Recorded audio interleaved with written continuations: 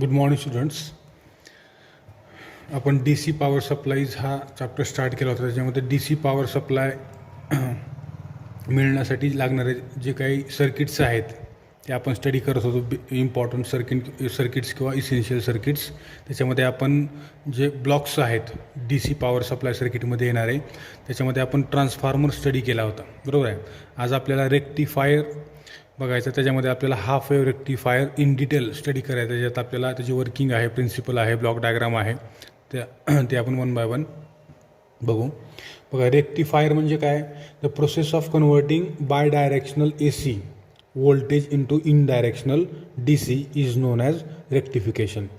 आता bidirectional A C म्हणजे काय? इथं जर बघितलं आपण तर ए सीचा हा ग्राफ आहे. याच्यात आपल्याला दिसतंय की ए सीचा जो वेव्ह फॉर्म आहे हा कसा आहे? पहिल्यांदा पॉझिटिव्ह हाफ, परत निगेटिव्ह हाफ, परत पॉझिटिव्ह हाफ, परत निगेटिव्ह हाफ. याला म्हणायचं बाय डायरेक्शनल, बरोबर आहे. म्हणजे याच्यामध्ये दोन डायरेक्शन्स आहेत.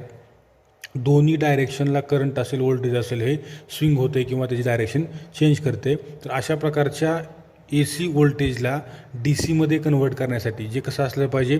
युनिडायरेक्शनल, म्हणजे फक्त वरच्या बाजूलाच आपल्याला अशा प्रकारचे कर्व भेटले पाहिजेत किंवा पॉझिटिव्ह हाफ भेटले पाहिजेत. त्याला म्हणतो आपण डी सी करंट किंवा डी सी व्होल्टेज असं म्हणतो, डायरेक्ट करंट असं म्हणतो. आता याच प्रोसेसला म्हणतो आपण रेक्टिफिकेशन. ही प्रोसेस म्हणजे काय आहे? रेक्टिफिकेशन आहे. बघा पुढे काय म्हणलं आहे? The circuit use for this process is known as rectifier. आणि या प्रोसेससाठी आपण जे सर्किट यूज करतो त्याचं नाव काय आहे? रेक्टिफायर आहे. This circuit is known by common name battery eliminator. आपल्या घरामध्ये जर समजा आपण फ्रीज यूज करत असू तर फ्रीजच्या वर अगोदर एक बॉक्स यायचा, वरच्या बाजूला टेप रेकॉर्डरसारखा तो बॉक्स असायचा. तर त्या ठिकाणी त्याच्यावर नाव लिहिलं असायचं बॅटरी इलिमिनेटर. आता हे इनबिल्ट किंवा डेव्हलपमेंट किंवा सेमीकंडक्टर डिव्हायसेसमध्ये मोठ्या प्रमाणामध्ये इन्व्हेन्शन झाल्यामुळं किंवा आय सीची साईज खूप स्मॉल झाल्यामुळं आजकाल तो पार्ट जो आहे तो कुठल्याही इन्स्ट्रुमेंटच्या आतमध्येच येतो. जसं की समजा मोबाईल आहे, मोबाईलचं जे चार्जर आहे त्या चार्जरच्या आतमध्ये हा रेक्टिफायर असतो, जो काय करतो? ए सीचं कन्व्हर्जन डी सीमध्ये करतो, बरोबर आहे. तर हा बॅटरी इलिमिनेटर नावाचा जो पार्ट आहे यालाच आपण काय म्हणतो? रेक्टिफायर असं म्हणतो. 3 circuits are commonly used for rectification. First one is half wave rectifier, centre tap full wave rectifier आणि bridge full wave rectifier. All these circuits are operated with diodes and we will see each rectifier type in detail with their circuit working advantages and disadvantages. काय सांगितलं त्याने आपल्याला की रेक्टिफायरमध्ये commonly use होणारे किंवा रेक्टिफिकेशनमध्ये commonly use होणारे 3 circuits आहेत. पहिला आहे हाफ वेव्ह रेक्टिफायर, दुसरा आहे centre tap full wave rectifier, third आहे ब्रिज फुल वेव्ह रेक्टिफायर. आणि या सर्वांचा स्टडी आप डिटेलमध्ये या चॅप्टरमध्ये करायचा आहे. आता बघू आपण सुरुवातीला half wave rectifier. Half wave रेक्टिफायरमध्ये ही त्याची ब्लॉक डायग्राम आहे. याच्यामध्ये हा ए सी मेन सप्लाय आहे, ट्रान्सफॉर्मर आहे, परत डायोड यूज केलेला आहे, हा लोड रेजिस्टन्स आहे आणि परत त्याच्या अक्रॉस आपल्याला जे आउटपुट भेटणार आहे ते कुठलं असेल? डी सी आउटपुट असेल. याच्यात त्यांनी काय सांगितले? And A C voltage consist of 2 half cycles, बरोबर आहे. ए सी व्होल्टेजमध्ये 2 हाफ सायकल आहेत. एक अपर हाफ म्हणजे पॉझिटिव्ह हाफ, दुसरा निगेटिव्ह हाफ. अपर हाफ कुठला असतो? तर पॉझिटिव्ह हाफ सायकल. आणि लोअर हाफ कुठला असतो? तर निगेटिव्ह हाफ सायकल असतो, बरोबर आहे. Half wave rectifier is a simple and low cost rectifier. It is used where high quality D C is not essential for example to operate a night lamp, radio circuit etcetera. आता त्यांनी इथं काय सांगितले की half wave rectifier हा low cost rectifier आहे. हा कुठे यूज करतात? ज्या ठिकाणी आपल्याला लागणारा जो डी सी करंट आहे किंवा डी सी व्होल्टेज आहे ते जर समजा हाय क्वालिटीचं गरजेचं नाही. जसं की समजा नाईट लॅम्प आहे, रात्रीचा दिवा आपल्याला एखाद्या ठिकाणी चालू करायचा आहे, रोडवरचे जे पोल आहे त्या ठिकाणी आपल्याला नाईट लॅम्प समजा यूज करायचं, तिथं आपल्याला डी सी करंट लागणार आहे, तर तिथं आपण हाफ वेव्ह रेक्टिफायर यूज करू शकतो. किंवा रेडिओ सर्किट आहे, रेडिओला देखील आपण हाफ वेव्ह रेक्टिफायर यूज करतो, ज्या ठिकाणी आपल्याला डी सी करंटची क्वालिटी ही कशी मिळेल? इंटरमिडिएंट मिळेल. म्हणजे याचा अर्थ इथं एक हाफ आहे, परत इथं लॉस्ट असेल लोअर हाफ, परत इथं हाफ, इथं लॉस्ट असेल, परत अपर हाफ, परत लॉस्ट, परत म्हणजे इंटरमिडिएंट आउटपुट मिळते आपल्याला हाफ रेक्टिफायरपासून. कसं ते आपण वर्किंगमध्ये बघणार आहोत.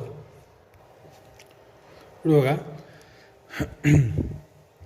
वर्किंग काय सांगते आपल्याला? वर्किंगमध्ये काय काय आहे तर बघा ही जी आता जी डायग्राम आहे आता आपण बघितलेली बरोबर आहे, त्याच डायग्रामचा यूज करून आपल्याला वर्किंग स्टडी करायचं आहे. पहिल्यांदा त्यांनी काय सांगितलं, in the first half cycle or positive half cycle of AC voltage suppose transformer secondary terminal A is positive with respect to terminal B. म्हणजे आता या डायग्राममध्ये जर बघितलं आपण, आपल्याला माहीत आहे हा एक काय आहे, PN जंक्शन डायोड आहे बरोबर आहे. PN जंक्शन डायोडचाच यूज आपण रेक्टिफायर म्हणून करतो. या साईडला कुठला असतो, P टाईप, या साईडला कुठला असतो, N टाईप.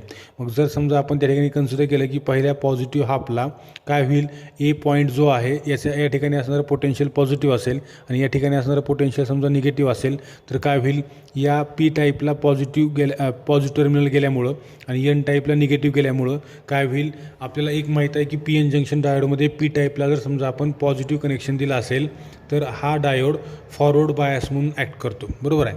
मग फॉरवर्ड बायस ॲक्ट झाला म्हणजे याचा अर्थ काय, किंवा फॉरवर्ड बायसमध्ये जातो. फॉरवर्ड बायसमध्ये गेला म्हणजे काय काय झाला, हा एक क्लोज्ड स्विच म्हणून बिहेव करतो. मग क्लोज्ड स्विच याचा अर्थ काय, लार्ज अमाऊंट ऑफ करंट किंवा एक याच्यामधून काय होईल, क्लोज स्विच असल्यामुळे याच्यामधून करंट काय होईल, पास होईल, किंवा हा PN जंक्शन डायोड करंटला फ्लो करण्यासाठी अलाउ करतो. कधी झालं असं, पहिल्या हाफ वेवला, पहिल्या जे पॉझिटिव्ह हाफ सायकल आहे त्या पॉझिटिव्ह हाफ सायकलला डायोड फॉरवर्ड बायसमध्ये गेला आणि याच्यामधून करंट फ्लो झाला. त्याच्यामुळं आउटपुट जे मिळालं आपल्याला लोड रेजिस्टन्सच्या अक्रॉस ते कसं मिळालं, पॉझिटिव्ह हाफ मिळालं. ठीक आहे. आता नंतर काय होईल, समजा आपण निगेटिव्ह हाफचं कन्सिडर केलं.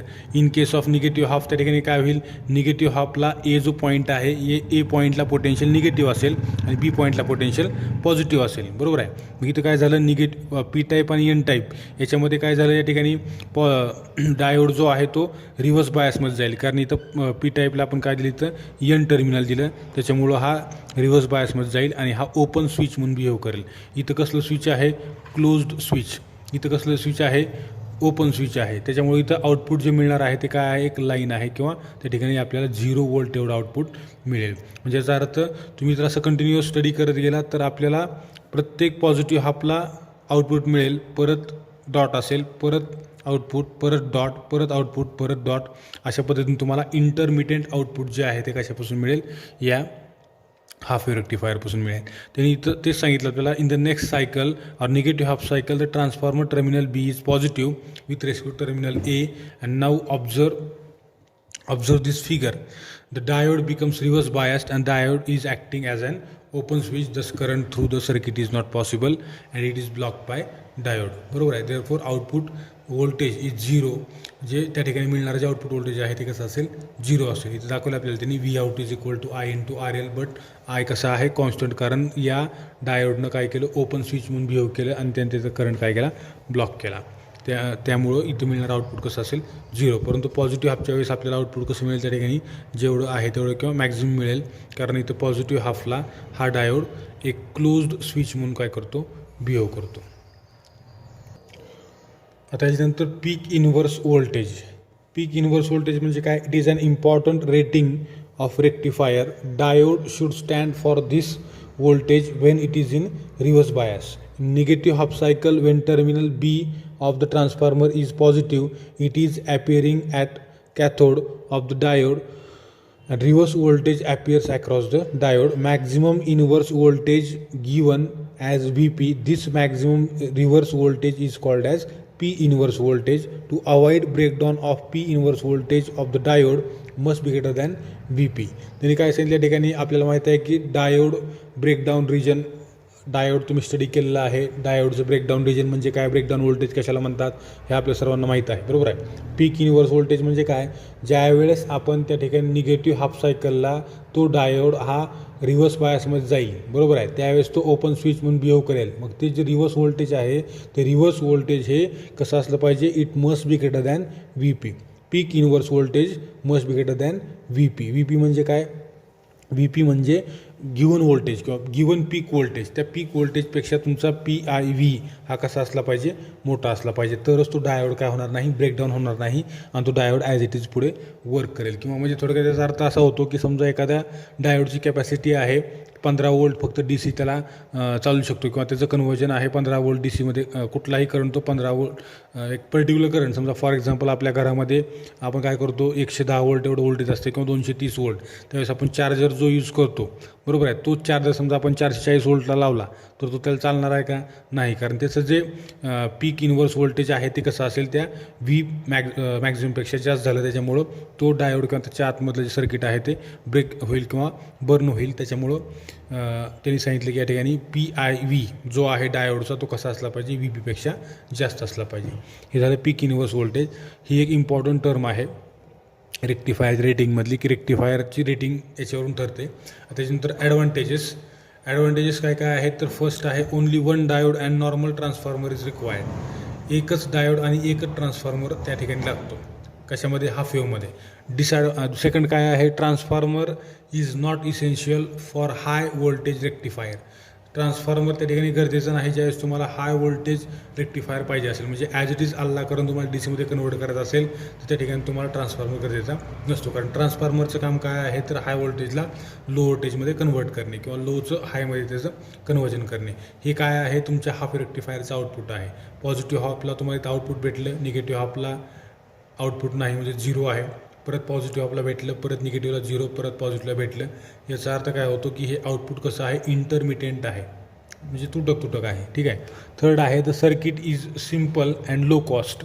हे सर्किट एकदम सिम्पल आहे आणि दुसरी गोष्ट कॉस्ट देखील याची कशी आहे कमी.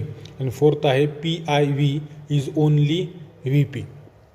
असे त्याचे काय आहेत म्हणजे peak inverse voltage is only VP. हे काय आहे त्याचे 4 ॲडव्हान्टेजेस आहेत.